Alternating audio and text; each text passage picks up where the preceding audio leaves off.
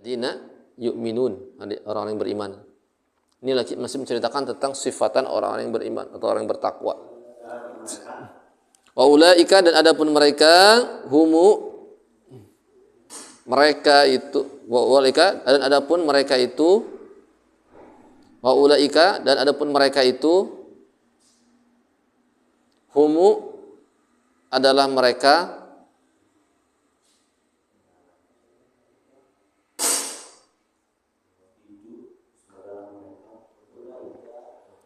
wa ulaika, dan adapun mereka itu,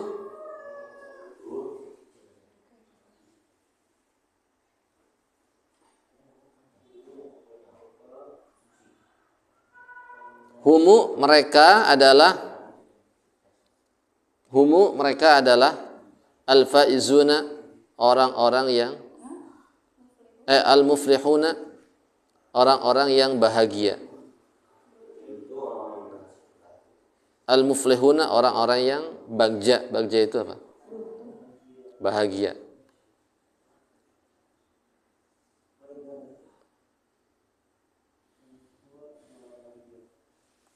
Orang yang beruntung bisa. Al-muflihuna, orang-orang yang beruntung. Al-faizuna, yakni orang-orang yang bahagia.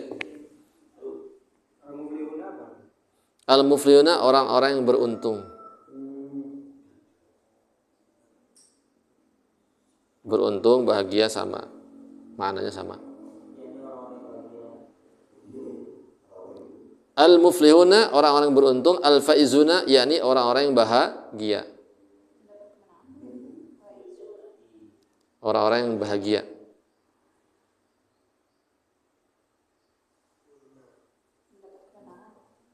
Bil jannati, dengan surga.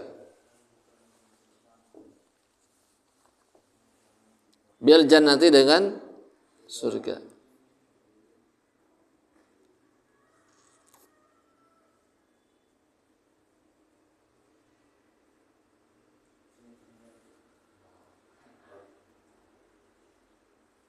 An-najuna, yang selamat, yakni yang selamat. An-najuna, yakni yang selamat.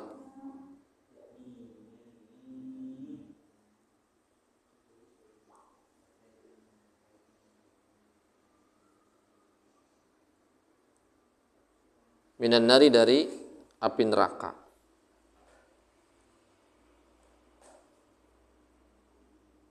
Diulang lagi, ulaika, mereka itu, al-mausufuna, yakni orang-orang yang disifati.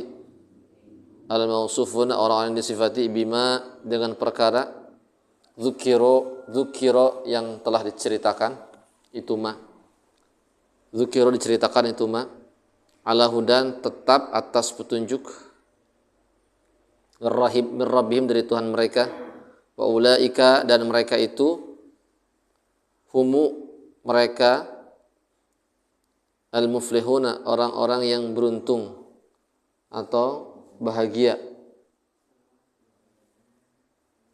Al-faizuna, yakni orang yang bahagia. Bil jannati, dengan surga, sama saja. Ini Abi logat dari guru. Bil jannati, dengan, jadi faiz itu maknanya banyak. Coba cek di kamus, banyak maknanya. Bukan hanya kemenangan. Al-faizuna, orang-orang yang bahagia. Bil jannati, dengan surga. An-najuna, yang selamat. Minan nari, dari api neraka. Itu. Silakan baca. Baca semuanya, baca.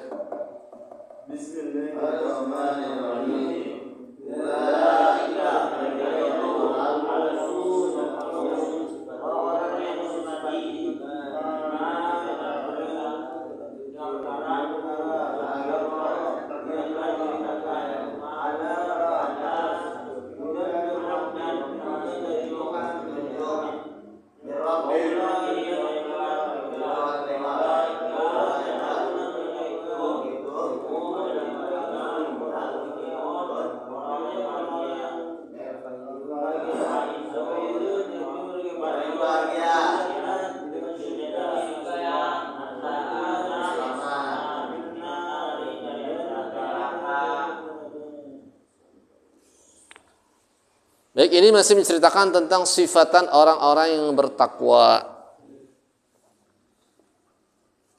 Mensifati orang yang bertakwa, lil muttaqin.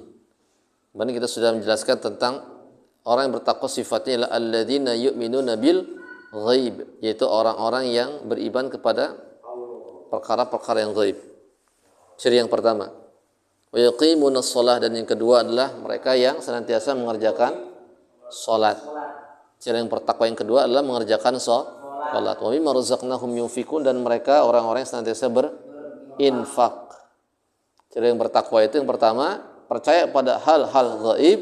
Yang kedua ialah mengerjakan salat. Yang ketiga berinfak. Yang berikutnya walladzina yu'minuna bima unzila ilaika wa ma unzila min qabli. Kemudian mengimani mengimani pada apa yang diturunkan oleh Allah kepadamu, yaitu Muhammad. Di sini Muhammad, maksudnya Al-Qur'an. Jadi beriman kepada Al-Qur'an. Wa ma unzila min qablik, kemudian juga beriman kepada yang diturunkan sebelummu. Maksudnya apa? Kitab yang diturunkan sebelum Nabi Muhammad apa? Taurat wal Injil. Beriman juga kepada kitab-kitab selain Al-Qur'an, yaitu Taurat dan Injil. Wa hum bil akhirati hum yuqinun, dan beriman kepada akhirat, dan mereka orang-orang yang meyakini. Nah, ciri berikutnya, ciri orang yang beriman, ini menjelaskan tentang sifatan orang yang beriman. Orang yang beriman itu seperti apa? Ulaika ala hudan. Ulaika ala hudan. Mereka itu adalah orang-orang hudan, yang tetap atas hudan, yaitu petunjuk hidayah. Jadi orang-orang yang beriman adalah orang-orang yang senantiasa tetap dalam hidayahnya. Orang-orang yang mendapati hidayahnya, orang-orang yang mendapatkan hidayah, hudan. Sayuti buka kitabnya. Huda itu terbagi menjadi 3. Yang pertama adalah hidayah itu adalah artinya apa? Petunjuk. Terbagi menjadi 3. Yang pertama adalah hidayah khalqiyah. Yang kedua adalah hidayah al-irsyad. Yang ketiga adalah hidayah taufiq. Ada 3 hidayah itu. Yang pertama apa katanya? Hidayah khalqiyah. Yang kedua adalah al-irsyad. Yang ketiga hidayah taufiq. Apa itu hidayah khalqiyah?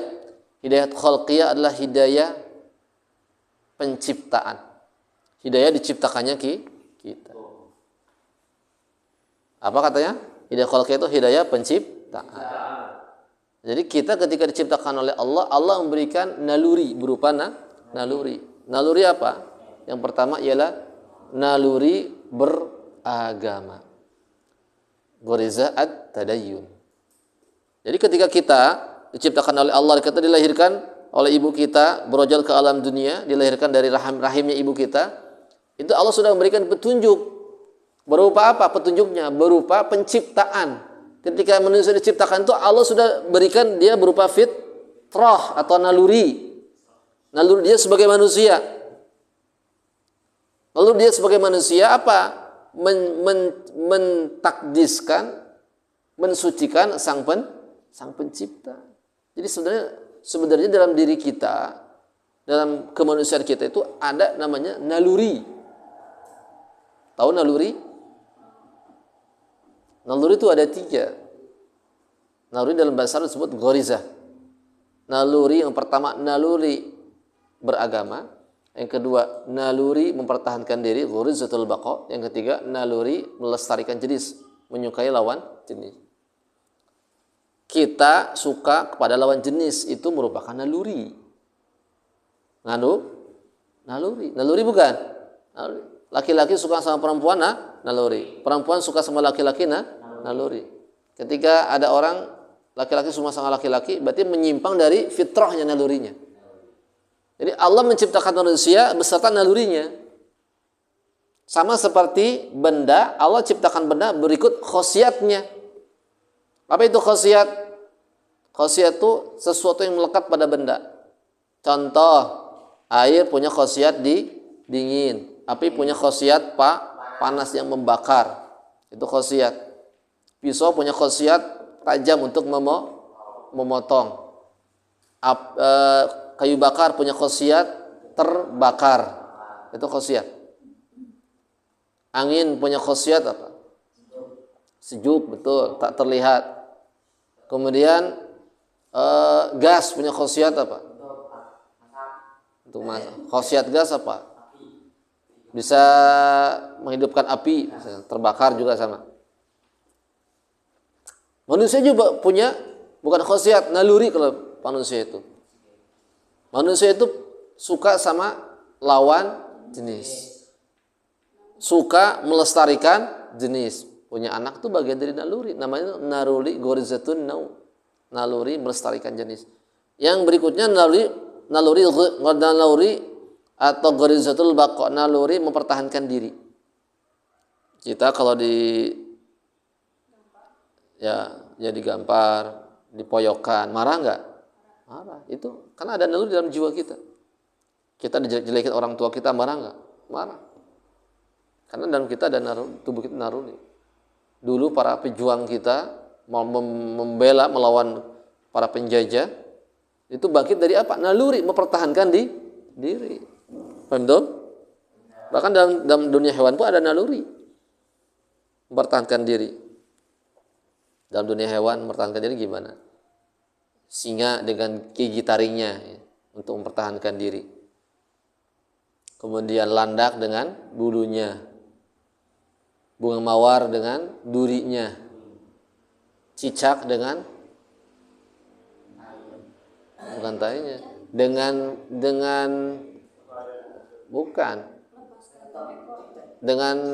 ekornya yang bisa buntung sendiri. Nah, ya kan kalau kita nangkap cicak langsung buntung kan ekornya, itu kan tipuan sebetulnya, biar bisa kabur. Jadi yang memangsanya dapat ekor, dianya kabur. Nanti ekornya tumbuh lagi. Betul? Nah, ada juga berupa ghariza at-tadayyun, naluri beragama. Beragama itu naluri. Kita mensucikan Sang Pencipta itu berupa itu juga naluri. Yang ngantuk. Oh, kan yang ngantuk. Ya.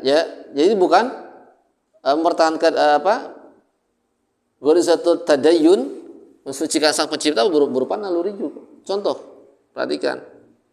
Pada saat kita jatuh, pada saat kita nambruk, pada saat kita terjatuh atau terkena musibah, maka kita akan menengok ke atas. Ya. Ketika jatuh, aduh. Wah, gitu kan. Seolah-olah kita ini sedang melihat sesuatu yang itu naluri loh. Karena Rabb kita Maha tinggi al-a'la. Kadang ada orang yang mengatakan kita serahkan kepada yang di atas, gitu ya. Itu kan naluri juga. Itu merupakan jawaban naluri. Bahkan ada orang ateis, ketika itu ada cerita orang ateis, orang yang tidak beragama, dia lagi naik pesawatnya mau jatuh. Kemudian dia kaget, dia mengatakan, "Oh my God." Apa artinya? Oh Tuhanku, ya Tuhanku. Ada orang ateis ya. Jadi ketika orang ditimpa musibah, terdesak, urgen, dalam keadaan terdesak, mau mati, maka dia akan menyebut Tuhannya. Nah itu menandakan apa? Ada naluri dalam tubuh kita nih, dalam badan kita. Dalam jiwa kita ada naluri. Naluri penciptaan. Nah itu. Terus juga naluri kecenderungan kepada kebaikan juga sama, itu naluri penciptaan. Nih, perhatikan ikhwan. Orang penzina, orang tukang ngebunuh orang, pelaku maksiat, ada gak mereka mengatakan gini, "Nah, kamu harus jadi bapak ya. Bapak ini nyolong mbek, kamu harus tukang nyolong sapi." Begitu enggak? Enggak, kebanyakan mereka itu mengatakan bahwa, "Nah, jangan kayak bapak. Kamu harus sekolah tinggi. Beperiheun bapak tukang nyopet, tukang ngebangsat, gitu ya. Tukang ngebegal, kamu harus jadi insinyur." Itu enggak rata-rata? Pasti gitu. Bener enggak?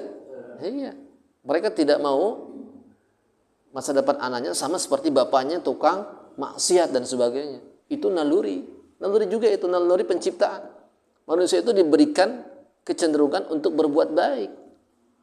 Ya enggak? So, orang korupsi, para koruptor. Ada nggak yang mengatakan, "Hore, saya telah korupsi," gitu kan? Ada nggak begitu? Orang yang ditangkap basah oleh polisi, ada nggak yang senang dengan perbuatannya? Nggak ada kan? Mereka menyesal, itu kan? Nggak ada yang hore ceria, nggak ada. Rata-rata kan begitu. Kenapa Anda mencuri? Kenapa Anda korupsi? Ya karena saya nggak tahu. Ini kan titah dari atasan saya. Ada yang mengatakan, "Oh, saya kurang duit," gitu ya. Ada yang mengatakan ini itu ini. Tapi mereka tahu itu adalah perbuatan jahat jelek. Kenapa mereka masih melakukan? Hawa nafsu. Ya. Itu adalah nama ghorizah, itu naluri. Naluri.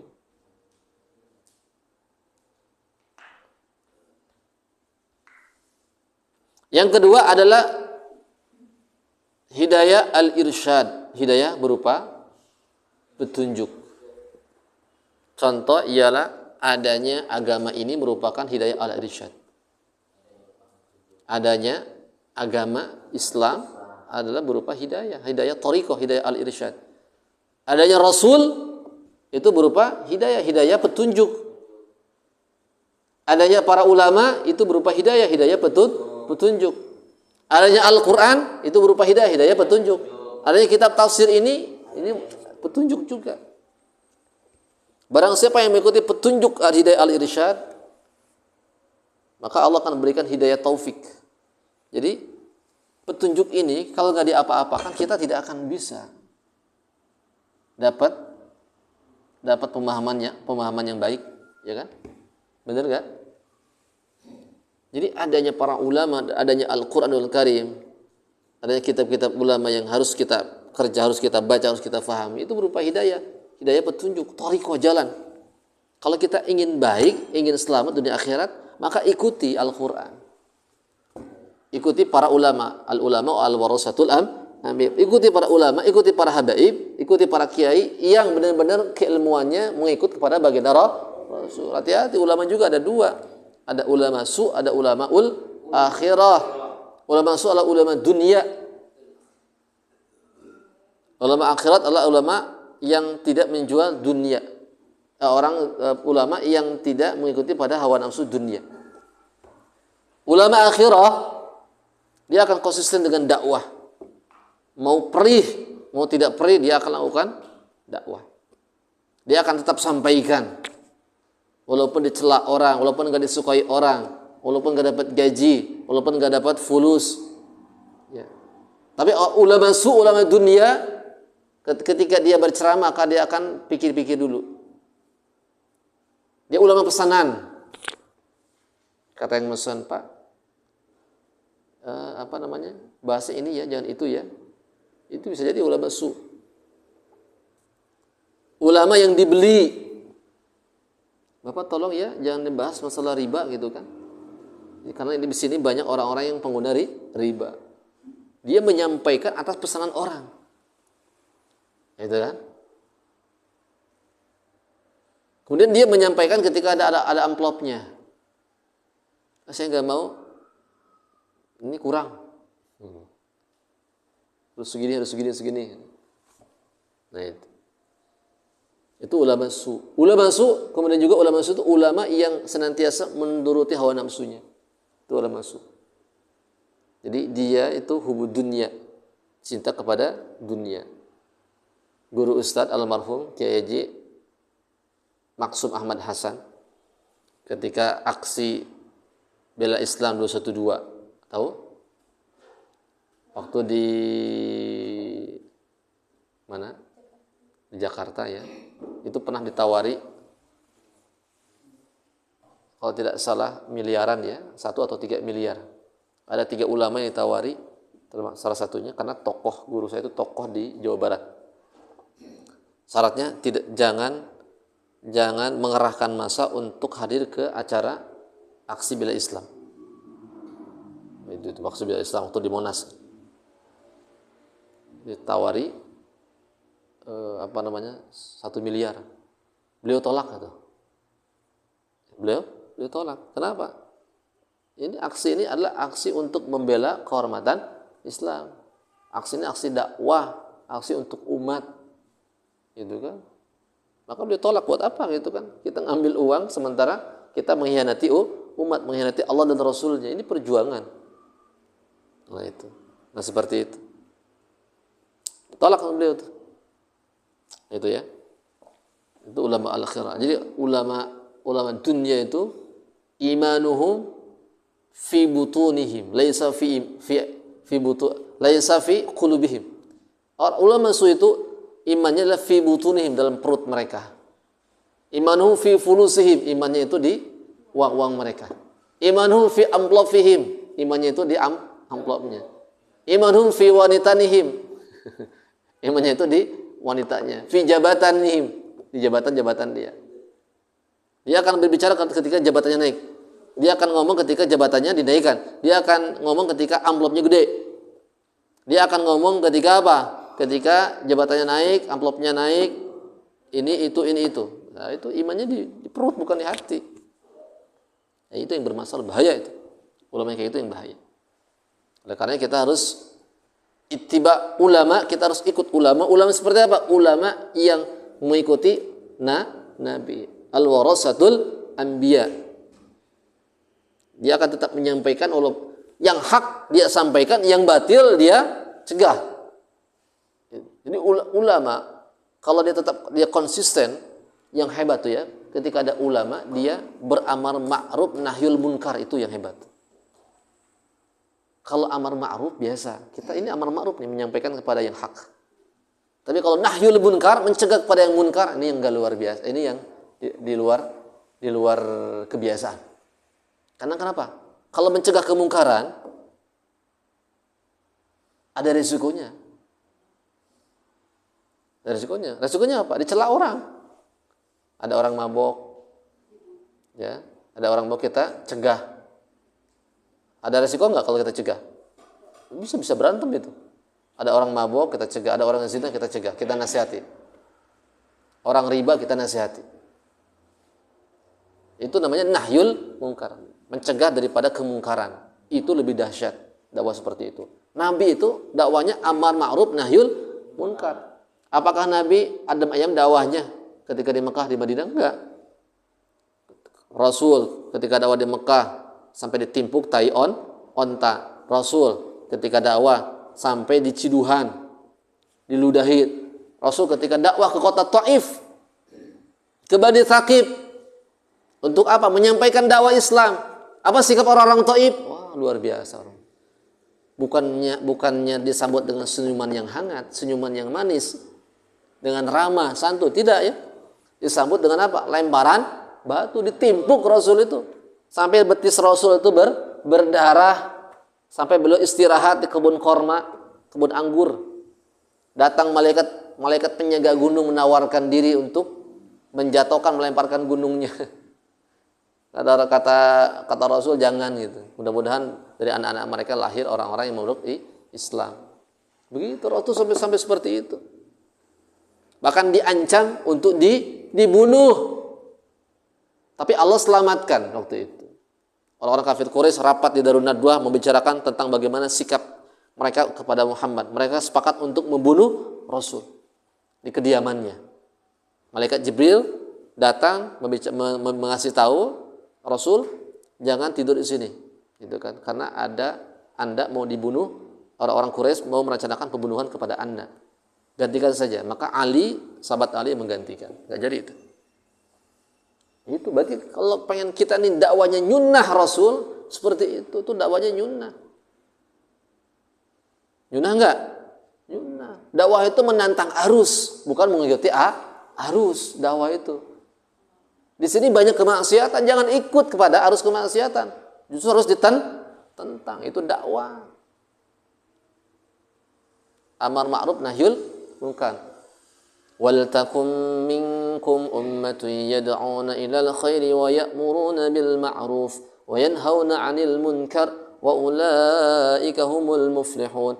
Wal takum minkum, hendaklah ada di antara kalian segolongan umat ummatun yad'una, yang menyuruh al-khair atau al-islam kepada kebaikan, yakni Islam. Wa ya'muruna bil ma'ruf, memerintahkan kepada kebaikan. Wa yanhauna 'anil munkar, dan mencegah daripada yang munkar. Wa ulaika humul muflihun, dan mereka itulah orang-orang yang beruntung. Orang yang memerintahkan kepada kebaikan dan mencegah kepada kemungkaran, itu orang yang beruntung. Bahkan dalam satu hadis dikatakan, barang siapa dia berdakwah, dia menyampaikan kalimat dakwah, kalimat al-haq kepada penguasa, kemudian penguasanya membunuh dia, maka dia penghulu syuhada. Dia itu adalah penghulu syuhada. Itu luar biasa. Maka kembali kepada hidayah. Yang ketiga adalah hidayah at-taufik. Hidayah taufik itu apa? Hidayah yang hakiki. Orang menangis, ya, kemudian mengingat Allah sampai tahap dia yakin, itu berarti dia sudah mendapatkan hidayah taufik. Dia sampai taubat, ya, kemudian memeluk Islam, mengamalkan Islam, berarti dia sudah mendapatkan hidayah taufik. Ada orang ngaji tapi masih maksiat, itu dia masih ikut ke daya thariqah, hidayah al-irsyad, belum mendapatkan taufik. Ya, kalau sampai orang itu sampai bertaubat, kemudian sampai mengerjakan sholat, sampai ada timbul rasa cinta, mahabbah, ridho, keridhoan, ketawakalan, itu dia menunjukkan sudah mendapatkan daya taufik. Tambahnya mahabbah, kecintaan kepada Rasul, kepada Allah, tambahnya amal soleh, ya, tambahnya keimanan, ketakwaan, nah, itu adalah hidayah taufik. Hidayah taufik digapai dengan cara apa? Dengan cara tadi, dengan cara kita mengikuti, menggeluti, ya, ikut kepada hidayah al-irsyad. Ngaji ini al-irsyad nih. Kayak begini nih ngaji, ini bisa turun hidayah taufik ini. Gimana mungkin mau turun hidayah taufik kalau enggak ngaji, gajinya enggak. Hidayah mah. Kenapa kamu enggak ngaji? Belum dapat hidayah, kata. Ada yang suka ngomong begitu ya. Kenapa kamu enggak sholat? Belum dapat hidayah, katanya. Kenapa kamu enggak puasa? Belum dapat hidayah. Justru hidayah itu dicari. Kalau dia itu belum dapat, berarti nunggu dia. Belum dapat hidayah. Memang hidayah itu turun dari langit, blok gitu ya. Hidayah itu dicari, bukan ditunggu. Jemput bola, bukan menunggu bola. Kalau kita cari hidayah, kita ngaji, kita belajar sama ulama, sama asatid, ya, kita mengkaji Islam tahap demi tahap, maka Allah akan berikan hidayah. Hidayah itu bukan ditunggu. Wa ulaika humul muflihun, dan mereka itulah orang-orang yang beruntung, orang-orang yang bahagia. Jadi orang-orang yang beriman, orang-orang yang bertakwa adalah orang-orang yang mendapatkan petunjuk, orang-orang yang mendapatkan hidayah. Berupa hidayah tadi, taufik, al-irsyad, dan sebagainya. Dan mereka, kata Allah, wa ulaika humul muflihun, orang-orang yang beruntung. Orang yang beruntung bukan orang yang dapat uang. Orang yang beruntung bukan orang yang punya emas batangan. Orang yang beruntung, orang yang bahagia bukan orang yang mendapatkan istri yang cantik, calon istri yang cantik. Orang yang bahagia, orang yang beruntung bukan orang yang mendapatkan jabatan yang tinggi, bukan orang yang mempunyai rumah yang mewah, bukan orang yang mempunyai kendaraan yang mewah, unta merah kalau zaman dulu ya. Kalau sekarang apa? Mercy, Avanza, bukan, apa namanya? Pajero, ada yang di atas Pajero itu apa?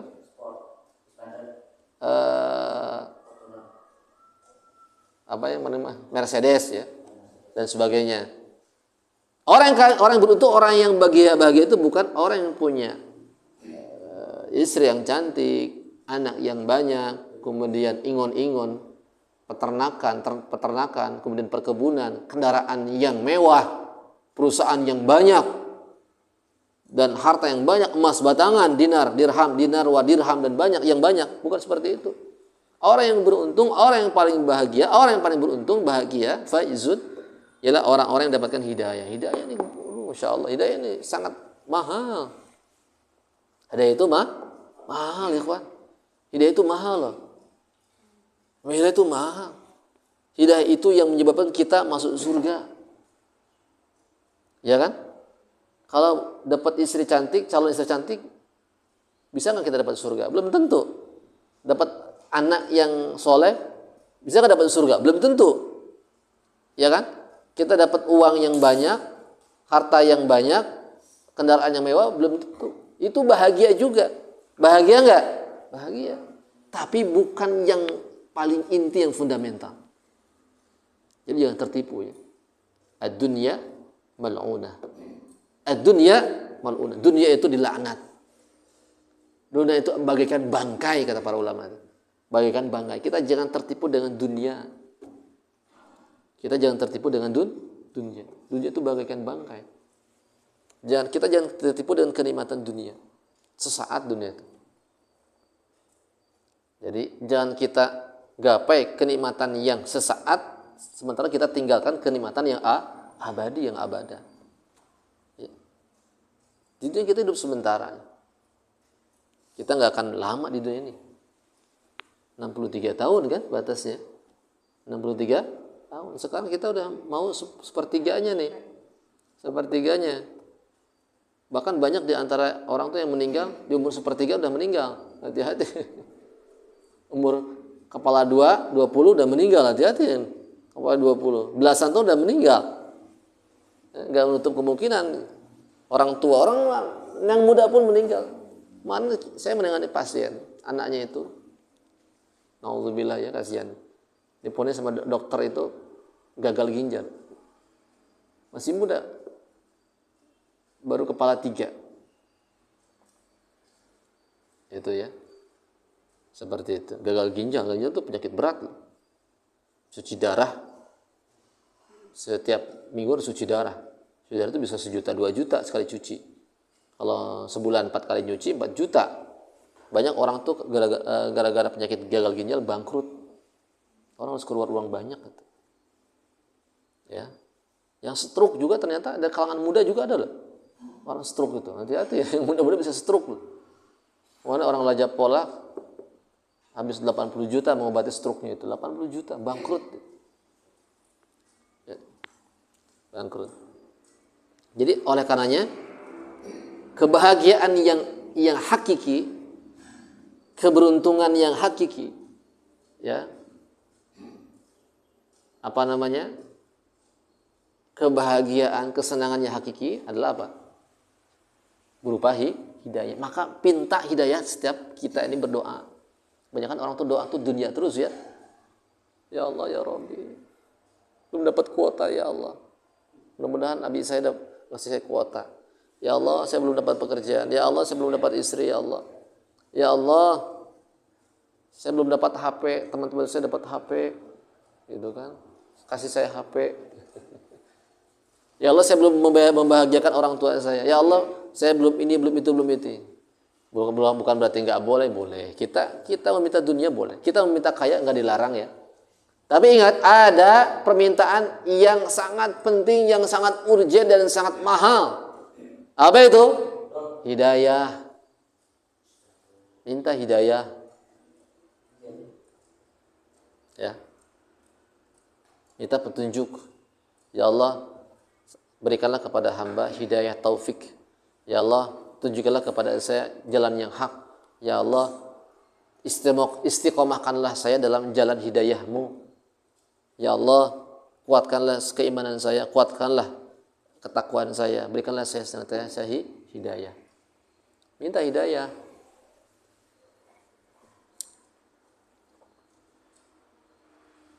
Orang yang mendapatkan keberuntungan, kebahagiaan, hidayah tadi, ya, dia pasti akan mendapatkan apa? Bil jannati al-faizuna bil jannah. Orang yang beriman tadi, ya, orang yang mendapatkan petunjuk tadi, hidayah tadi, maka Allah akan berikan dia kebahagiaan yang hakiki. Hidayah itu kebahagiaan. Kebahagiaannya apa? Bil jannah, berupa surga. Jadi kalau kita dapat hidayah, otomatis dapat surga. Bil jannah. Al jannatu tajri min tahtihal anhar. Surga itu adalah di mana tempat yang di mana di situ ada tajri tahtiyal anhar, ada sungai yang mengalir. Kemudian juga Al-Kautsar, ada telaga Kautsar, ada berupa istana. Kemudian ada berupa kenikmatan-kenikmatan yang lainnya Allah akan berikan kepada dirinya. Telaga Kautsar itu kalau kita minum satu tetes saja maka tidak akan pernah haus selamanya. Jadi kenikmatan yang hakiki, yang abadi, yang tidak akan pernah sirna, yang kita akan terus menerus hidup di situ, ya, dan tidak akan pernah mati, dan tetap muda, tetap enak terus surga itu. Ya. An-najuna, yaitu orang-orang selamat minan nar, dari api neraka. Orang-orang yang dapat hidayah adalah orang-orang yang beruntung dari dia selamat dari api nerakanya Allah Subhanahu wa taala. Sama Allah diselamatkan dari api nerakanya Allah dengan hidayahnya tadi. Ya, paham tuh? Nah, itulah. Jadi orang yang bertakwa, orang yang beriman, punya sifatnya apa? Dia tetap dengan hidayahnya. Ya, tadi ada 3 kan. Ada hidayah khalqiyah, ada hidayah al-irsyad, ada hidayah taufik. Dan orang-orang diberikan hidayah, orang-orang yang tetap dengan hidayahnya adalah orang-orang yang beruntung, orang-orang yang bahagia. Oleh karenanya, kalau kita ingin mendapatkan keberuntungan yang abadi, yang bahagia, yang benar-benar hak, cari hidayah. Hidayah taufik itu tidak akan pernah turun kalau kita tidak mencarinya. Hidayah taufik tidak akan pernah turun kalau kita tidak mengusahakannya. Hidayah taufik tidak akan pernah turun kalau kita tidak taqarrub kepada Allah. Kita tidak berusaha mencarinya, dicari. Atau kalau nggak dicari mah tuh enak tukang beca. Bukan berarti kita menghinakan ya.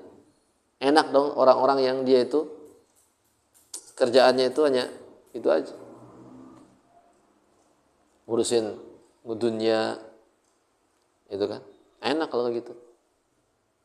Jadi itu dicari.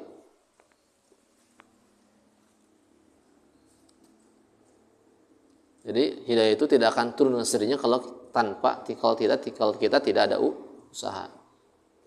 Jadi kebahagiaan itu dicari, bukan diam saja, ngamar aja, nggak mungkin, nggak akan muncul tuh hidayah. Ngamar aja di kamar, diem aja, cicing di gua, nggak dapat hidayah, gitu kan? Hidayah itu dicari, difahami, dipelajari, ditafakuri. Hidayah itu seperti itu. Allah akan menurunkan taufiknya ketika kita nih ada ikhtiar mencarinya. Habis mencari kita fahami, kita telaah, kita tafakuri, kita pikirkan, kita renungi. Begitu. Baru Allah memberikan hidayah taufik. Seperti Nabi Allah Ibrahim alaihissalam, beliau mencari kan. Ketika beliau ingin mencari Tuhan, ketika beliau ingin ingin mencapai pada derajat ma'rifat, sampai kepada Tuhannya, beliau cari, beliau telaah, beliau tafakuri alam semesta ini, sampai Allah berikan hidayah taufik dalam hatinya. Kalau hidayah taufik itu mutlak dari Allah, nggak bisa. Hidayah taufik dari Allah, bukan dari usaha, bukan, dari Allah, dari Allah. Kalaupun kita sudah berdakwah habis-habisan, Allah belum kasih hidayah taufik, tidak akan bisa. Kenapa Abu Thalib paman Rasul, ya, ketika Rasulullah SAW bersedih ya atas wafatnya paman yang ia cintai, Abu Thalib ya, bersedih. Kenapa? Karena meninggal dalam keadaan tidak beriman kepada Allah SWT. Sedih, itu sedih. Itu pengganti bapaknya yang merawat sejak kecil, yang membinanya kemana-mana dia dibawa, sangat sayang banget itu paman Rasul itu. Meninggal dalam keadaan tidak beriman, coba bayangkan. Kalau tidak beriman kan apa? Api neraka kan? Nah, ditegur sama Allah. Sesungguhnya yang memberikan hidayah itu bukan kamu Muhammad, tapi aku. Itu nggak bisa. Ya, jadi hidayah taufik itu makanya, masya Allah. Ya, orang beruntung dapat hidayah itu orang beruntung. Orang kalau sudah dapat hidayah, ketika orang lain mau menyesatkan, tidak akan pernah tersesat dia. Kebalikannya. Ketika ada orang yang mau menyesatkan dia ketika dia dapat hidayah, Allah tidak akan pernah menyesatkan. Nggak bisa. Umar ibn Khattab, ya, waktu itu musuh Islam. Pada awal-awal Islam datang, jadi musuh Islam. Paling benci kepada Rasulullah SAW. Ketika Umar dapat hidayah, insya Allah ya, menjadi pembela Islam nomor wahid. Rasul mendoakan, ya Allah kuatkanlah agama ini dengan salah satu di antara dua orang. Kalau enggak Abu Jahal, Umar. Karena dulu orang yang punya kekuatan. Kalau enggak Abu Jahal, Umar. Allah kabulkan Umar yang masuk Islam. Betul, dengan di tangannya Umar, insya Allah Islam itu makin kuat ya. Enggak berani ya. Jangankan manusia, jin pun enggak berani. Umar bin Khattab luar biasa. Umar bin Khattab luar biasa fisiknya itu. Tukang gulat ya, pegulat ya. Jadi kalau berantem itu menang terus. Umar bin Khattab itu. Nah, seperti itu. Umar luar biasa ketika Umar dapat hidayah, yang tadinya Umar itu, wah, Masya Allah ya. Umar itu permusuhannya luar biasa. Di zaman jahiliyah itu luar biasa beliau itu. Tapi ketika masuk Islam, menjadi pembela Islam, ya, jadi tamengnya agama Islam, bahkan jadi sumber kekuatannya umat Islam. Bahkan ditakuti oleh musuh-musuh Islam, ditakuti oleh bangsa manusia maupun dari bangsa jin. Itu Umar ibn Khattab radhiyallahu anhum ajma'in. Wallahu a'lam bissawab. Subhanakallah bihamdika asyhadu an la ilaha illa anta astaghfiruka wa atubu ilaik. Akhirul kalam. Assalamualaikum warahmatullahi wabarakatuh.